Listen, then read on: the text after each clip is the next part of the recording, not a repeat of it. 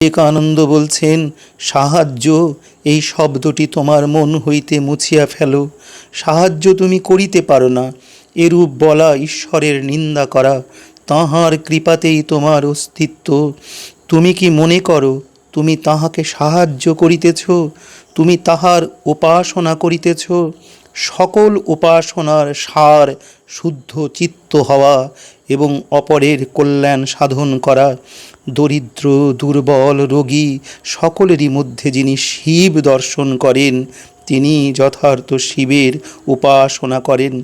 যে ব্যক্তি কেবল প্রতিমার মধ্যে শিব উপাসনা করে, সে প্রবর্তক মাত্র। যে ব্যক্তি কেবল মন্দিরেই শিব দর্শন করে, তাহার অপেক্ষা যে ব্যক্তি জাতি ধর্ম নির্বিশেষে একটি দরিদ্রকেও শিব বোধে সেবা করে, তাহার প্রতি শিব অধিকতর প্রসন্ন হন।